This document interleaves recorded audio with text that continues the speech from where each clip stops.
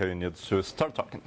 And as usual, I was finishing my slides just 5 minutes before the talking starts, which means that I never finished my talk, which is quite okay because I never actually finished anything that I started, like I'm still 10 years on the university. No, 12, sorry. And when I started doing programming, I was 5 years old because my dad is crazy. And I grew up, I started doing other stuff, and one day I was seated in my computer trying to program, and I saw this.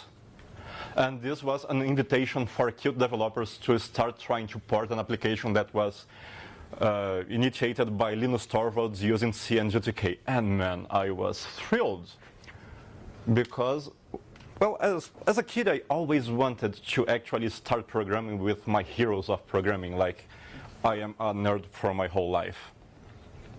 And I had my first computer when I was 2 or 3 years old. It was an Atari. I don't even know if they make them anymore. And Dirk Hondo was a second in command of the Linux kernel, and he started this programming with Linus Torvalds. It's a dive-in application. I never dived in my life.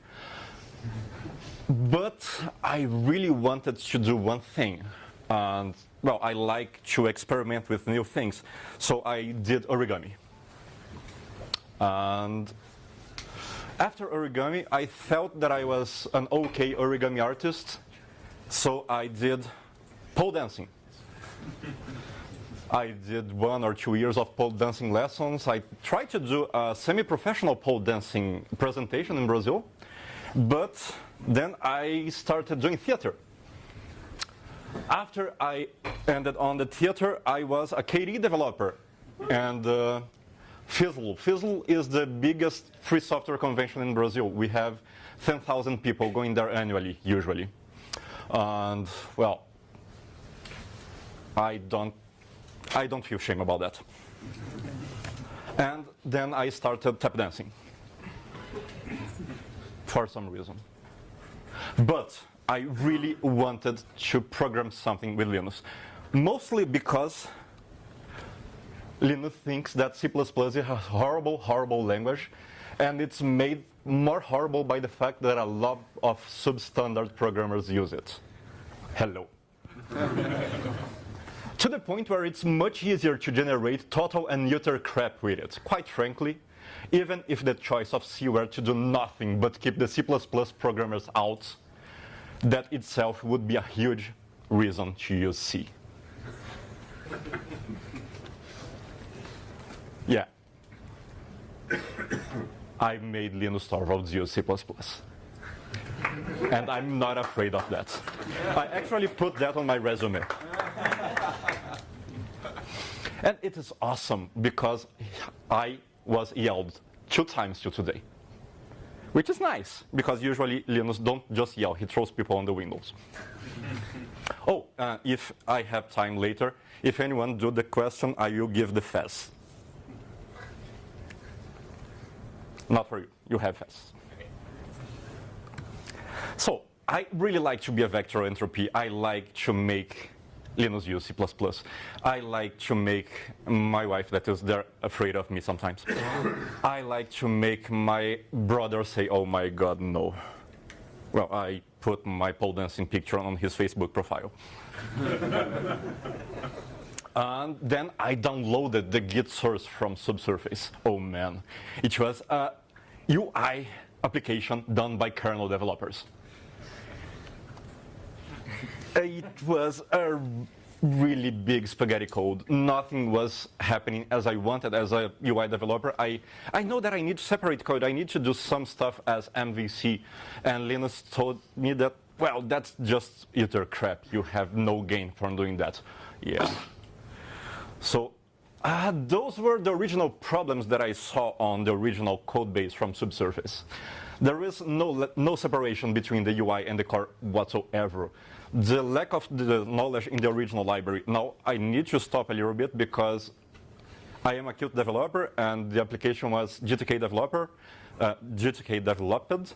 And GTK and Qt are usually seen as fighting with each other, but that is not just true. The problem on this application regarding GTK is that the developers of the application, Linus and Dirk, usually, they didn't know how to use GTK. It's not GTK's fault. The fault of GTK there was they didn't find people on GTK to help them. The lack of UX, well, they are kernel developers. They don't care about UI, but they really needed to do something quite pretty if they want people to use it. And they had, in the time, 50 users. Now they have more than 3,000. So, good. Lack of integration in the base systems. They had an application that looked like really almost not user crap on Linux. And it looked like user crap on OS X and Windows. It worked, but it was not integrated whatsoever. And lack of anyone who gave it a shit because nobody was actually helping them to do anything. So they did, that.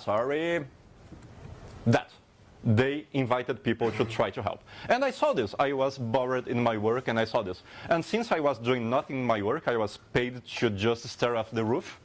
I used my work time to develop Subsurface.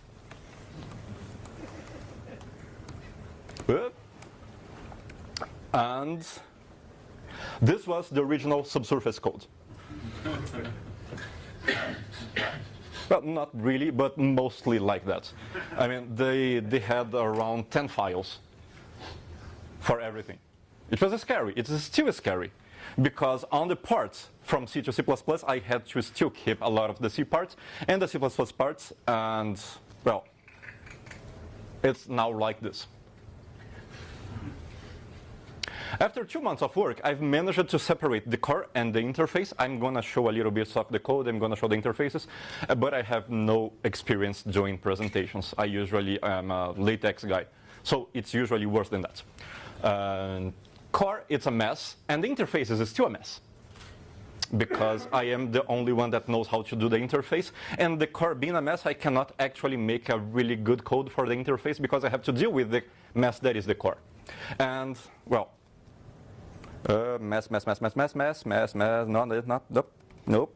Here. Nope, not that. This. So you know that there is for on C++ and that we can iterate over collections. But because the core is written in C, our collection is actually a linked list written in C, and we have a for each something for all of our types. And I have to use that. Is it a macro or? It's a macro. Okay. Back. Here. No, not here. Here. So, the core is not my responsibility. The core is responsibility from Linus and Dirk, and I actually don't want to touch the code because, well, there is a function that is around 1,500 lines that I could replace by 3 lines in C++. That's the reason that I don't want to touch the core. So I done my work on the interface. And on the interface, I did a massive entanglement. But I couldn't really do what I wanted because both UIs needed to coexist for a while. The GTK should continue working, and I had to create the queues based on the same core. So I couldn't really break anything. And as little changes as possible in the core, because the core people are C, and they still want to use C. So I fixed the spaghetti codes, and now I had this. I had a few classes that mangled the top window, the main window, the models for the data structure. On the C, everything was done inside of the interfaces. Now we have a somewhat clear MVC model for that. And there was one file that had 15,000 lines that created all of the graphs. Oh, let me try to show you this application because I'm not sure if you guys know what I'm talking about.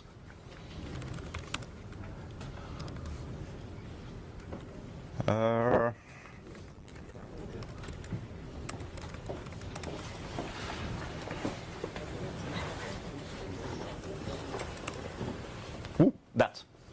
Where's the mouse? Help me find the mouse.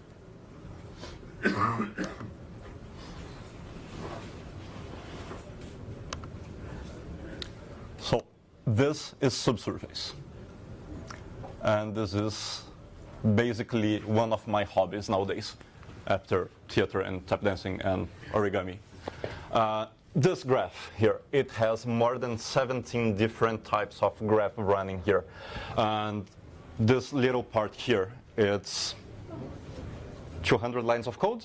Usually the size of this graph in the C code was around 15,000 lines, but it only had 6 graphs. Now it has 17 graphs and the size is the same because we actually managed to organize the code in a way that worked. And this is actually really cool. If you guys like to dive, I have no idea what a dive is. I've done a diving lessons after 3 months working on the system to actually understand what the hell I was doing. This is a dive to 100 meters and going up slowly for more than 40 minutes. Yes? Take the microphone. Microphone, take it. Hello. Hello. How are you? Fine, thank you. Good. So, and now this is one file, and right now this is a lot of different files, and each curve is a different class. And because of that, we could actually manage to make it a lot more dynamic. I only have noise We for can me. now measure the graphs. We can put some, come on, Nathan. The mouse, mouse, and a bit mouse. So we can put more graphs in the same stuff. I have no idea how this is. And there is a little bit of animation. It's not really good because I don't know how to animate. But there is, as you can see, some stuff Test. go up, go down. There is dynamic stuff here that you couldn't do on the GTK parts. Not because GTK doesn't serve for that, but because the guys that did the GTK code didn't know how to do that. So this is the application that I'm showcasing. Now, go back to the top of that. Yes. Oh, hello. It's working? 1, 2, 3. Okay. I would. But I have a bigger problem than that, and you see in the lens of the thingy, where I was here. So, now, that application works. We already have a lot of users, and it's working on a lot of computers. We have, every programmer is on Linux, but the most user base is on Windows, which is a problem because we have one Windows developer that's not paid to work on Subsurface. Actually, nobody is actually paid to work on Subsurface. We do it because we want to try to see if you can scare Linus and make him annoy us. Now, remember this interface. How can we put that thing inside of this? It is too big. I mean, the interface is too bloated. There is a lot of information. There is no native code there. I mean, we are using Qt widgets. Qt widgets will work on different operating systems, but it's not prepared to work here. And it has a deep integration with Qt widgets. I mean, there is buttons, there is lists, there is text, there is everything here is a Qt widget. Besides the graph is my code entirely and not a really good one. And there is a globe here. That is pretty. And you don't need a globe if you're trying to run this on a mobile, because on Android you already have the maps, and on iOS you also have the maps, so we can just remove this. But the problems are, there is 6 tabs there. That's too much information. There is 17 possible graphs here. I cannot show 17 possible graphs here. There is no space. And there is 15 columns that you can show on this list, which is quite too much. As you can see, this program was not thought at all to run on a mobile. And this was a problem. But we managed to build it, and we run it completely like that inside of, I don't remember the name of the tablet, but it was an Android tablet, and it ran. But, well, it was made for the mouse. It was hard to use. It was made for the mouse, not fingers. So you try to click on one thing, you click it on 3 things at the same time. It didn't feel like a mobile application.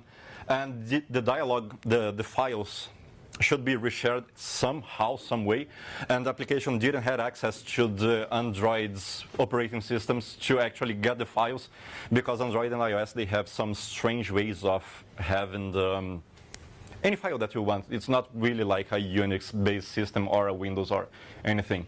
So it worked, but didn't really, but it worked.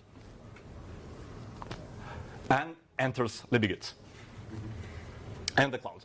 LibGit is awesome, and I'm not sure if anyone here did that because they didn't thought that this was possible with Git. But we are actually using Git as a file, not as what do you use Git for? Yes, a repository. We are not using Git for a repository. We are using Git as a file format, which is awesome because now we are storing everything in the Git, not as a text, not as an XML file. We are using Git storage information to save the dive, which is quite okay, and it's fast, and we can apply diffs over files, and if we sync something, we can just do a git pull and pull only the difference of the Git repository, which is awesome because that file that I open here on Subsurface, it has 80 megabytes of data. Because the guy that did those dives is just stupid, and he dives with 4 different dive computers to test the software. Yes, I still think that he's crazy. And that's Linus, by the way. But with Git, we have a lot of things. We can add something, and we can compare diffs. So it's really good for a programming perspective because we can diff the file format that it generated, and it's easy to spot regressions. It's easy to improve. You get a Git repository for free, so you can send your dives to GitHub and then just git pull. And you can use that to get the files on the computer and on the mobile. And because of that, we created the Subsurface Cloud Service that is also free. And, well, it's free for the users because Linus is paying for that. And the problems of the Qt widgets that I said before. It's proven, it works, it will not crash, it's really lightweight, I mean really, really lightweight. For people that thinks that Qt is not lightweight as GTK, for instance, if you use the same stuff from GTK and from Qt, they both will use the same amount of memory on your computer, so not really difference. And it's still used for everything. And there is it can use the core directly, means that I can call the C code that the code is made of. And I've done that, I showed that before, so I'm gonna just pull over that. And enters KML. People here, do you know KML? 2, 3, 4, okay, quite much. KML is something that Qt created not a long time ago. It was when Qt was sold to Nokia, and then Nokia sold to another company, and then another company split into other company. How can people trust that if the company is not solid? Well, you guys know Bentley, right? Bentley uses KML. You guys know Tesla. Tesla uses KML. You guys know Mercedes, BMW. They are starting to use KML. Samsung is using KML, so how can you trust a company that's never really solid and stable? I'm not sure. They do trust for some reason. And one of the reasons is that this thing can run everywhere, on desktop, on mobile, on KNX. Do you guys know KNX? Yeah. Yep. So KNX is one of the most used operating systems for vehicles, for cars. And it's being used currently on embedded systems. It's being used currently on airplanes, on cars, on smartphones, on drones, on fridges, on boats. And I actually did the first drone using KML. It was amazing. I crashed 3. Literally. Literally, yes, literally. Because when you have the drone and you have no idea how to control it, well, that was my first crash. And then I put some parachutes on it, so it wouldn't actually crash that way. And then on my job, I had to replace an ARM core and change it to Intel. I was Intel developer, so we were trying to make the drone work on an Intel chip. The problems. Intel chip was too slow to actually do the mathematical calculations that we needed for the drone on the first trial. And it completely collapsed when it started to roll down on the sky and crashed. And the parachute didn't work because it tried to open, but it was spinning. It was awesome. We have the video for that. And KML started a long time ago when this was considered a smartphone. This was... It was awesome. It was awesome, yes. It was. It worked. It was the green phone. Thank you, because I forgot. It was a little bit sluggish because we didn't actually have the OpenGL working on that thing back in that time.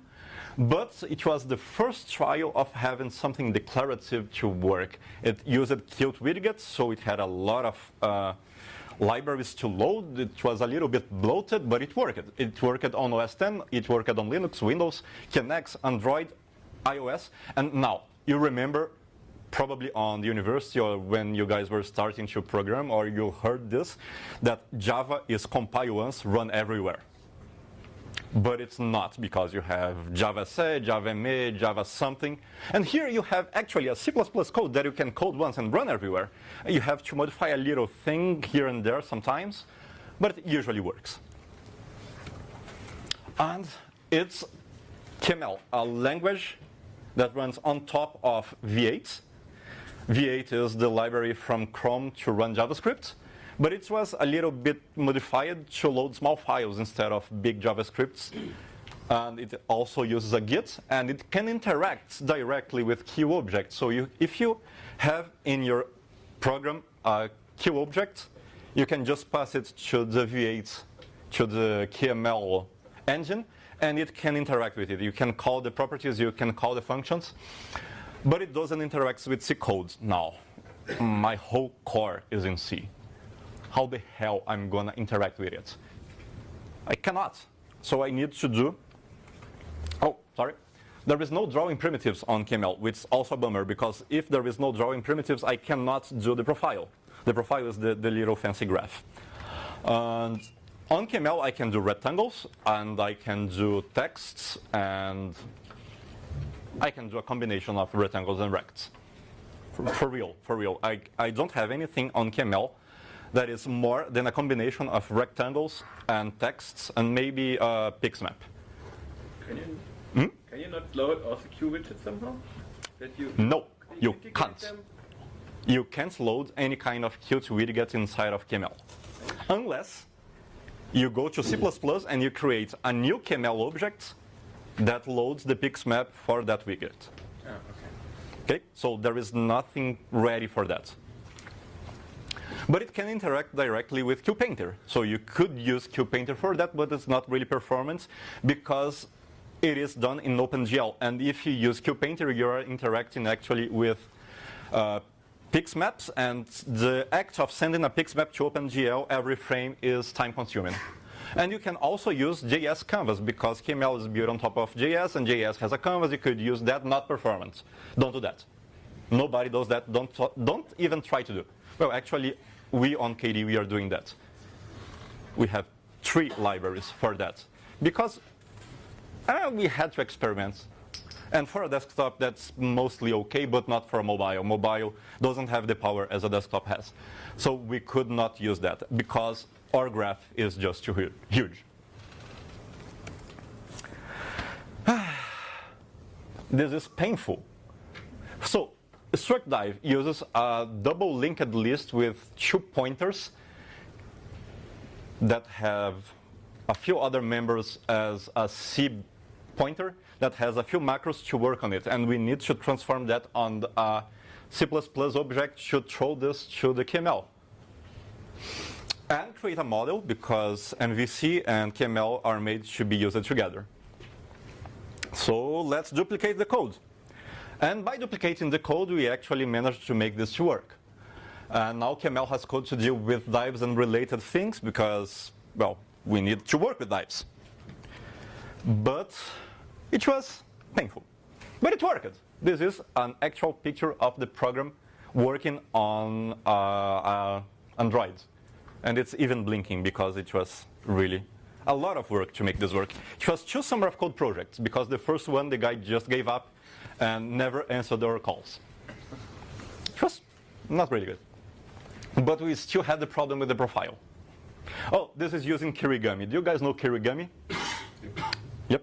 So Kirigami is a library that the KDE developers are building on top of KML to make the application not use the device-specific information for widgets. We want to use something. 5 minutes. OK, I need to run. We need to... Damn it, I hate to run. We need to show the application as a unity on everywhere. Every device should have the same face. So we started to using Kirigami, sorry. But the profile was also a problem. And we couldn't use the JS Canvas. We couldn't use the OpenGL by hand, because OpenGL by hand is just too painful, and I don't have the time to learn that. If any one of you knows how to use OpenGL by hand, please help us. We had KDE charts, Qt charts, and we could try to export our current charts somehow. I've tried Qt charts, and none of them worked for what you want, because you already talked about this. No current charting library had what you wanted, because we wanted to put a lot of axes overlapping on top of each other. We wanted to make them not really show, because we already have the information on the curve. We wanted to invert some axes to show the graphs upside down. And it was hard to do that in a pretty way using the current things that we could. So we ported everything that we could to KML. And the profile, the Qt widget that you told them. How can you put a Qt widget? We had to write a C++ class. And it's a little bit of magic, because we had to do this bit of code just to make it show correctly on the screen. And I don't think that you can read this. It's not made for reading. It's just because I want to show you how we did it. And there is a lot of magic functions there. There is a lot of magic numbers that we have no idea why they are there, but they seem to work. Yes, and it worked. It appeared. And we are happy. And this application is actually running here in my iOS that I can try to show you.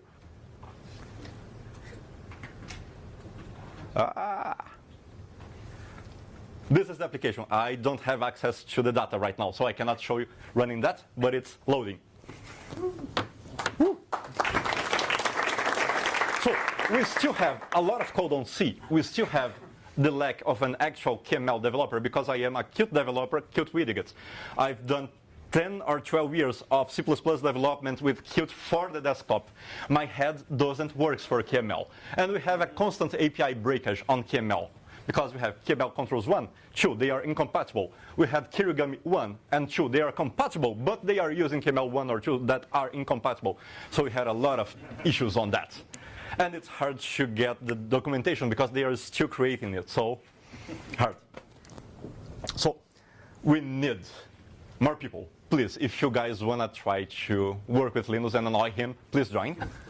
Yes, we need artists, we need testers, we need divers, preferably programmers. Yes. And it's actually true. Come, join us. You might meet Linus, and he will pay you a dive someday. And questions? Sorry, I don't have the time. I have a plane to catch right now, and I need to run. That's all.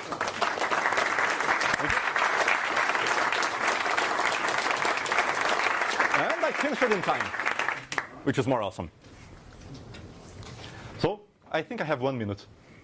Anyone has a question? Yes? Have you looked into rendering the graph using a shader, or having multiple shader effects on top of each other? We look into that, but for that we need to know OpenGL. I have no idea OpenGL, and you want the FAS. Yay! Thank you. You're welcome. So people, thank you very much.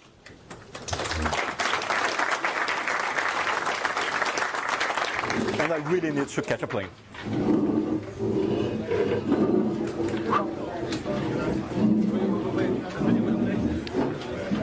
Hey,